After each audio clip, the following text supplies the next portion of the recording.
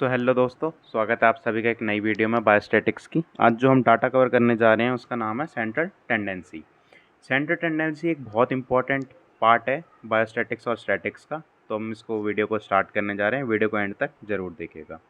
Central tendency is a statistical measure that determine a single value that accurately describe the centre of the distribution and represent the entire distribution of scores.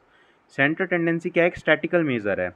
ये क्या करता है? एक single value जो होती है वो describe करती है, सेंटर डिस्क्राइब करती है डिस्ट्रीब्यूशन के, और वो रिप्रेजेंट करती है पूरे डाटा को। तो मतलब कोई भी हमारे 10 तक का डाटा है, 1 से लेकर 10 तक का डाटा है, उसका जो मिडल वाली होगी जैसे 5 होगा, वो हमारा उसका सेंट्रल टेंडेंसी होगा कि वो डिस्क्राइब कर रहा है पूरे सेट को। Goal of the central tendency is to identify the single value that is the best representative for the entire set of data. तो गोल क्या है सेंट्रल टेंडेंसी का? कोई भी एक सिंगल डिजिट का पता करना जो उस डाटा का क्या है, बेस्ट रिप्रेजेंटेटिव है, उसके बारे में उसका पता लगाना। अब हम इंपॉर्टेंस के बारे में देखेंगे। इंपॉर्टेंस क्या है सेंट्रल टेंडेंसी की? Central tendency is very important for the initial data analysis. Initial analysis जो होती है डाटा की, उसके लिए सेंट्रल टेंडेंसी बहुत ज़्यादा ज़रूरी है। And we can use it in the following ways. अब हम किन किन वेज में इसका यूज़ कर सकते हैं? फर्स्ट है टू फाइंड रिप्रेजेंटेटिव डाटा। कोई भी एक रिप्रेजेंटेटिव होता है उस डाटा का, उसे फाइंड करने के लिए सेंट्रल टेंडेंसी का यूज़ किया जाता है। To make more concise data, जितने भी फ्रीली डाटा होते हैं उन सबको कंसाइज करके एक पर्टिकुलर डाटा बनाया जाता है, उसके में भी सेंट्रल टेंडेंसी का बहुत इंपॉर्टेंस होता है। थर्ड है टू मेक कंपैरिजंस। कंपैरिजन करने के लिए कोई भी लैब्स के बीच का कंपैरिजन, या फिर किसी हॉस्पिटल के पेशेंट के, या फिर स्कूलों में यूज़ हो रहा है तो स्टूडेंट्स के बीच का कंपैरिजन करने के लिए सेंट्रल टेंडेंसी बहुत इंपॉर्टेंट होती है। Helpful in further statistical analysis, और बाकी की फर्दर स्टैटिकल एनालिसिस के लिए भी सेंट्रल टेंडेंसी यूज़ की जाती है। अब हम मेज़र देखते हैं किन किन चीज़ों से हम मेज़र कर सकते हैं सेंट्रल टेंडेंसी को। There are 3 measures of the central tendency. 3 measures होते हैं सेंट्रल टेंडेंसी के। फर्स्ट है mean, second median, third mode. ये मीन, मीडियन, मोड आपने लोअर क्लासेस में भी पढ़े होंगे, ये सेम वही है, बस इनका अब हम स्टैटिक्स और बायोस्टैटिक्स में कैसे यूज़ कर रहे हैं उसके बारे में हम देखेंगे। फर्स्ट है mean. The mean is the most commonly used measure of central tendency. Mean जो क्या है, हमारा मोस्ट कॉमनली यूज्ड मेजर है सेंट्रल टेंडेंसी का।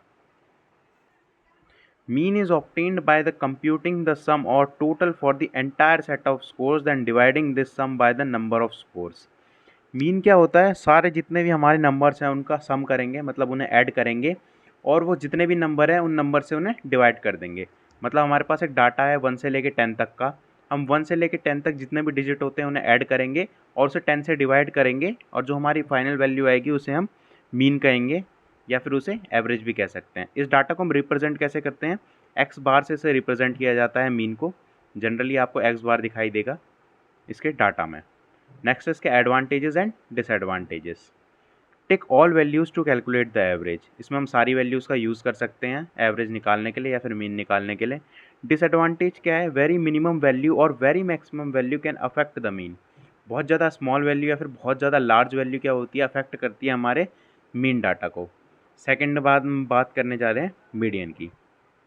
If the score in the distribution are listed in the order from smallest to largest, the median is defined as the midpoint of the list.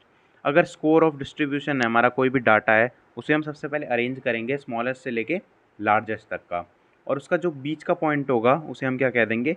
Median कह देंगे। जैसे हमारे पास number है 1 से लेके 5 तक के, तो उसमें बीच का जो हमारा 3 होता है वो हमारा मीडियन होता है। अब ऐसे ही हम आगे देखते हैं। If the distribution has odd number of scores, the median is the middle one after arranging them in order. अगर हमारा क्या है, ऑड नंबर है, मतलब हमारे जितना भी सेट ऑफ डाटा है, जैसे ये है 2 3 4 5 6 7 9 एंड 12, ये टोटल हमारे 7 है, तो 7 क्या है? ऑड नंबर है। तो अब जो ऑड नंबर का मीडियन होता है वो उसके बीच वाला नंबर होता है। 3 इधर हो गए, 3 उधर हो गए, तो हमारा बीच का जो 6 है वो हमारा मीडियन है। और ऐसे ही हमारा एंटायर सेट ऑफ डाटा है, अगर वो हमारा इवन नंबर हुआ, देखो जैसे यहाँ पे गिनते हैं 1 2 3 4 5 6 7 8, ये टोटल 8 डिजिट्स हैं। तो 8 डिजिट के बीच में 2 हो जाएंगे, तो 5 और 6 जो है इसको हम ऐड करेंगे और 2 से डिवाइड कर देंगे, जो भी इसका फाइनल आंसर आएगा वो हमारा मीडियन हो जाएगा। अब एडवांटेज क्या है इसका? Median is not affected by very large और very small value. Median affect नहीं होता है, जैसे हमारा मीन जो है वो अफेक्टेड हो जाता है, कोई भी लार्ज वैल्यू आए या फिर कोई भी स्मॉल वैल्यू आए वो उससे अफेक्ट हो जाता है, लेकिन जो मीडियन होता है वो जनरली इससे अफेक्टेड नहीं होता है।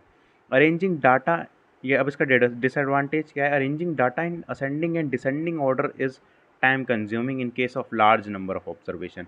हमारे पास बहुत लंबी सेट ऑफ डाटा है, उसको करने के लिए हम असेंडिंग और डिसेंडिंग ऑर्डर को अगर हम अरेंज करने लगे तो बहुत ज़्यादा टाइम कंज्यूमिंग होता है, ये इसका डिसएडवांटेज है। लास्ट जो हम देखेंगे मोड के बारे में।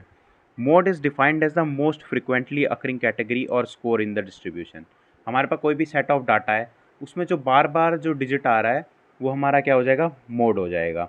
इन a frequency distribution graph the mode is the category और score corresponding to the peak और highest point of the distribution. अगर हमारा कोई भी ग्राफ बन रहा है, ग्राफ में जो हमारा हाईएस्ट पॉइंट होता है वो हमारा क्या हो जाता है? मोड हो जाता है। अब एग्जाम्पल देखते हैं, जैसे ये 2 3 3 4 5 6 6 6 7 8 एंड 12। तो इसमें देखते हैं जैसे 6 जो है वो 3 बार आ चुका है, तो ये क्या हो जाएगा? हमारा मोड हो जाएगा। सो थैंक यू गाइस, इस वीडियो में इतना ही। जल्दी मिलते हैं बायोस्टैटिक्स की दूसरे वीडियो में। Thank you.